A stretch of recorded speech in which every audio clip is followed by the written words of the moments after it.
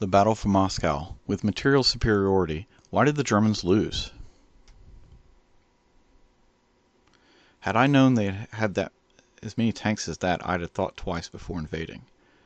Adolf Hitler to General von Bock.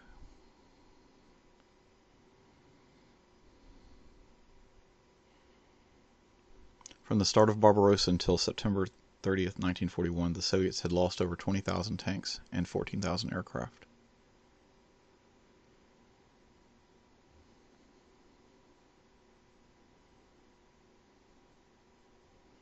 After Soviet heavy industry was shipped eastward to the Urals, Soviet monthly tank production dropped in October through November 1941.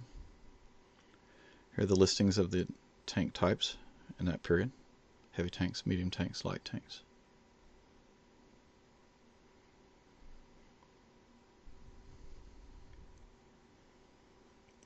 %60 of railway capacity was lost to industrial moves. There was little leftover capacity for reinforcement arrivals and frontline unit supply.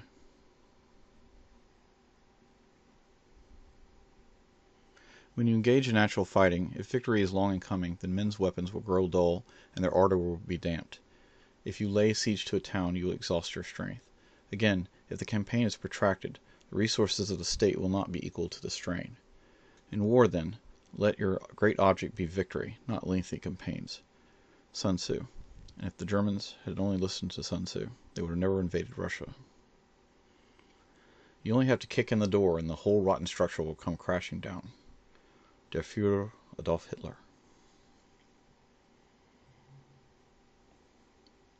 Here are the German plans. There were two major German theories for modern warfare in World War II.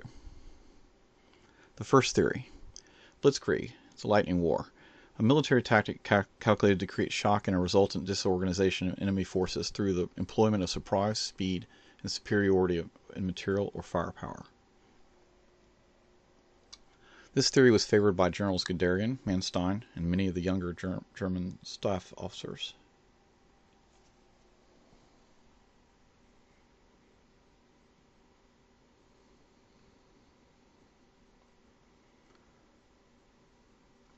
This is a combined arms approach where Stuka dive bombers, artillery, armor, motorized infantry all combine to race to the targets, keep the enemy off balance, and secure the objective before the enemy could recover. The attackers do not overly worry about their flanks. Well, what about our flanks, sir? All the hell with your flanks, Roach. How many times have I got to tell you, forget about your flanks, will you? The regular infantry's foot soldiers would slowly follow and mop up the remaining pockets of resistance at their leisure. Here's a Blitzkrieg example.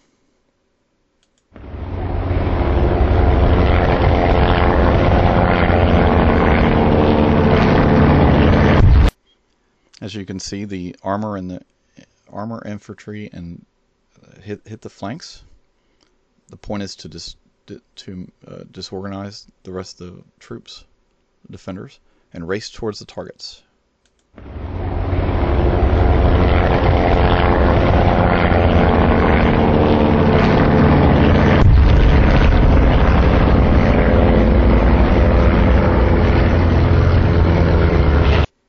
This shows a Schwerpunkt, the focus point of attack, where basically they attack with all they have, all at one location, to totally annihilate the enemy, and to race to the objectives, which are the cities.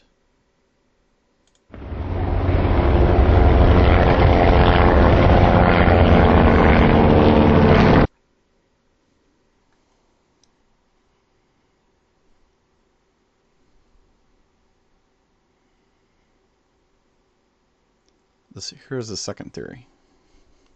The Kesselschlacht, cauldron battle, a frontal attack to immobilize the enemy while forces on the flanks execute a double envelopment, forming a pocket called a Kessel, or cauldron, around the enemy. Once surrounded, the opposing army, demoralized and with no chance of escape, would face the Vernichtungsschlacht, battle of annihilation. This theory was favored by Hitler and almost all the older German officers from the Prussian school. They simply didn't understand Blitzkrieg well enough.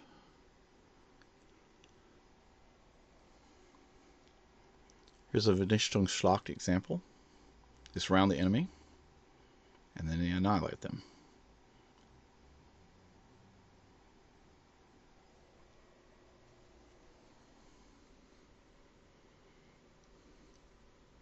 The older generals might pay lip service to Blitzkrieg tactics and support them, but once an opportunity came to have a Kesselschlacht, they stopped the troops and proceeded with the annihilation of the pocket. In reality, this killed the Blitzkrieg theory, because once they started the pocket annihilation, they stopped the onward advance. The two theories did not always contradict each other, but at times they did. If you like this video, please hit like, subscribe, and share it. This is Immersus Tech. The reality is that Russia was not France or Poland, which had set boundaries. General Guderian didn't adopt the Blitzkrieg theories for this and had no experience for such fast steps. The Russian soldier merely had to step back to the east. The French-Polish soldier had no such option. On one hand, a battle of annihilation destroys an army, but then it also gives them breathing room in another section of the front to rebuild, resupply, etc. It also causes the attacker to suffer about 20% casualties. The German generals wanted to attack Moscow right away in September, but Hitler had other ideas. He wanted to take Ukraine and divert the panzer troops to attack them. This netted 655,000 Russian troops and caught the Russians flat-footed. It's Directive 35 from Hitler and OKW. Timoshenko's army group must be defeated and destroyed within a limited time which is left before winter closes in. We should concentrate all army and air force personnel from the flanks. The chief mission will be to destroy the enemy in Kremenchug, Kiev, Konotop Triangle. Timoshenko's army group must be defeated by means of a highly coordinated, tightly enveloping operation of annihilation. Only then shall Army Group Center proceed on to Moscow. Hitler wanted this to happen as soon as possible because time was of the essence. He knew winter was coming. They didn't want any more Russians escaping their Kesselschlachten, encirclement battles.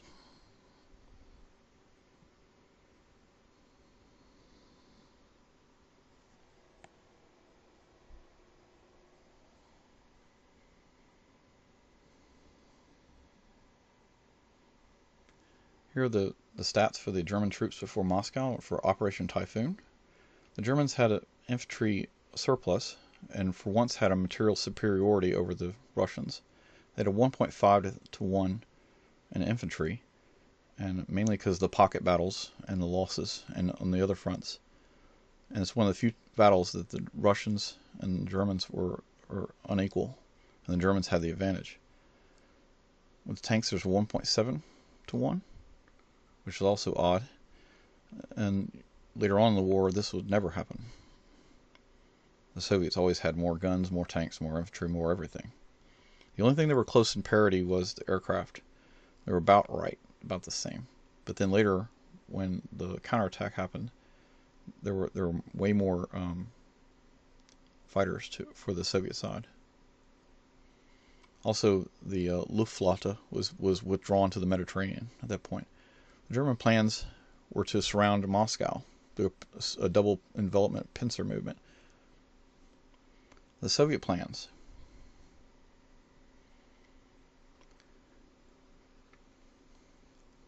Once Army Group Center started its main attack, Zhukov constructed fortified lines and manned them with the troops that were available. Stalin wanted to reinforce Kursk and Leningrad, not realizing at first that the threat was in front of Moscow. Soviet spies relayed the correct information that OKH planned to attack Moscow. Stalin agreed that this would be the German focus. He therefore reinforced the troops in front of Moscow. However, Hitler argued with the OKH and changed the plans. Kiev and its surrounding area would be taken first. This caught the Soviets flat-footed, and the Germans bagged a major city and 655,000 Soviet POWs.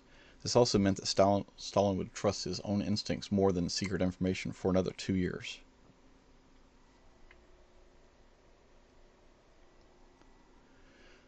Here's an example of 250,000 women and teenagers building trenches and anti-tank moats around Moscow.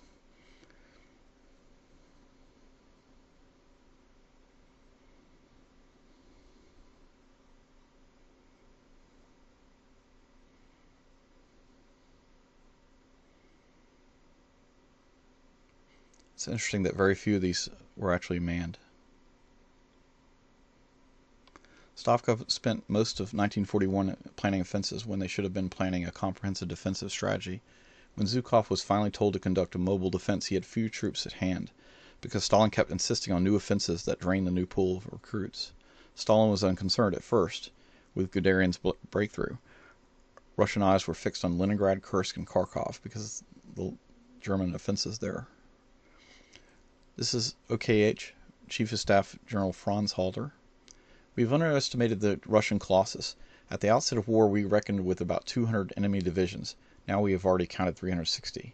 These divisions indeed are not armed and equipped according to our standards, and their leadership is often poor, but there they are, and if we smash a dozen of them, the Russians simply put up another dozen. The time factor favors them, as they are near their own resources, whereas we are moving farther and farther away from ours.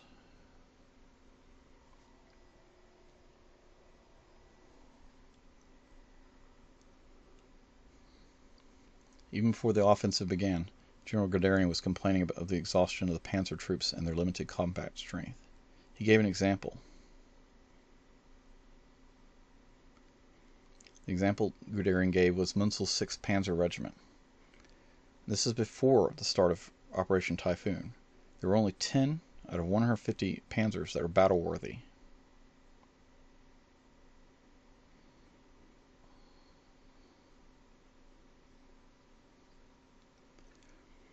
As part of the Southern Panzer on September 30th, General Guderian and the 2nd Panzer Group attacked earlier than the rest of the main army in Operation Typhoon because they had the longest route. Guderian attacked in an unexpected direction, capturing Bryansk and Orel with few casualties, thereby encircling 2 Soviet formations, the 13th and 3rd Armies. After being stopped in front of Tula and a failed offensive a month later, the 2nd Panzer Group halted and then was thrown back. Guderian's 2nd Panzer Army ran out of fuel and was low on ammunition on October 3rd, 4 days before the first mud or snow. Prior to Operation Typhoon's start, 2nd Panzer Army received 162,000 liters of fuel. 80,000 liters were also carried in its reserve organic fuel transport companies. The basic load of fuel was called the Verbachsatz, which equaled 125,000 liters. This would allow an entire panzer division to move 100 kilometers. German doctrine stated that a panzer division in offensive operations should have 4 Verbachsatz on hand. Due to extended supply lines and shortages, 4th Panzer Division started Typhoon with 242,000 liters, which is slightly less than 2 Verbachsatz.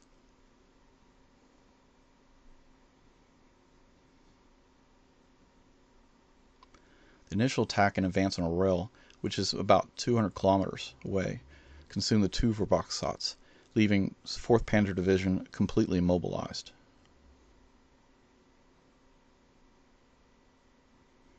The nearest source of fuel resupply was Novgorod-Seversky, which is 230 kilometers one way.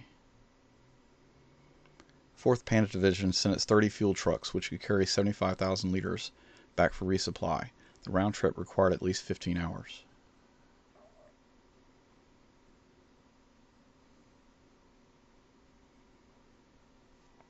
Basically, it would take 2 days to restock a basic fuel load and ammunition. The further the division went from Novgorod-Seversky, the more dire the supply situation became, and the better for the Russians. On October 5th, Guderian requested an air supply from the Luftwaffe of 500,000 liters, but Soviet fighter attacks were too frequent on the airfield. Thus, the main German effort was stopped 4 days before a snowflake fell, which busts that myth.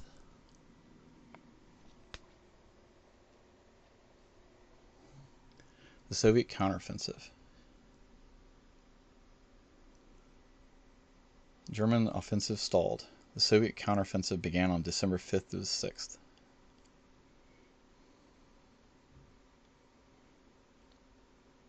These are the reasons why the Germans lost, and why the Russians were able to attack. Russians had 58 extra divisions in reserve. They slightly outnumbered the Germans. They had more tanks and more fighters.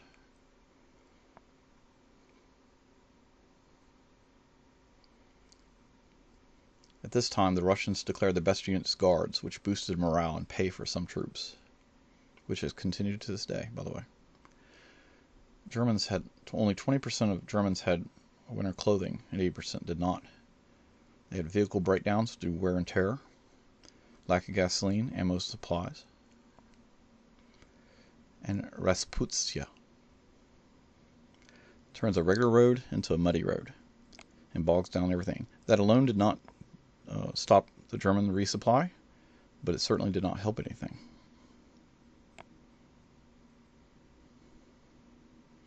Here are the Soviets counterattacking.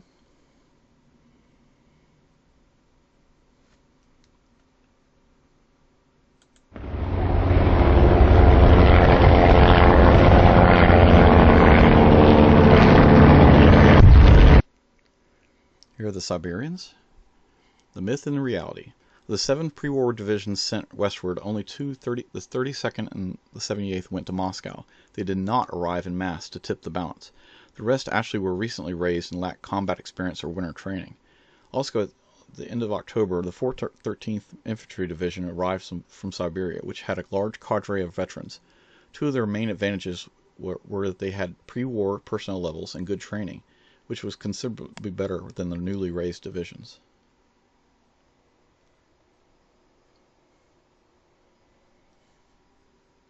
So it's not that the Siberians didn't actually help the counteroffensive, they just didn't tip the balance like it's said in most history books for the last 30 years.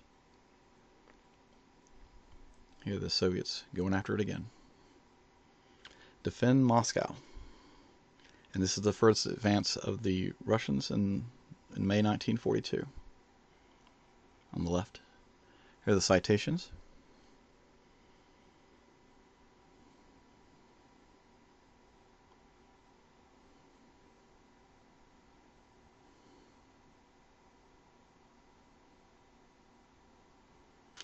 If you like this video, please hit the subscribe button and share. This has been Immersis Tech. Thank you. Have a good day.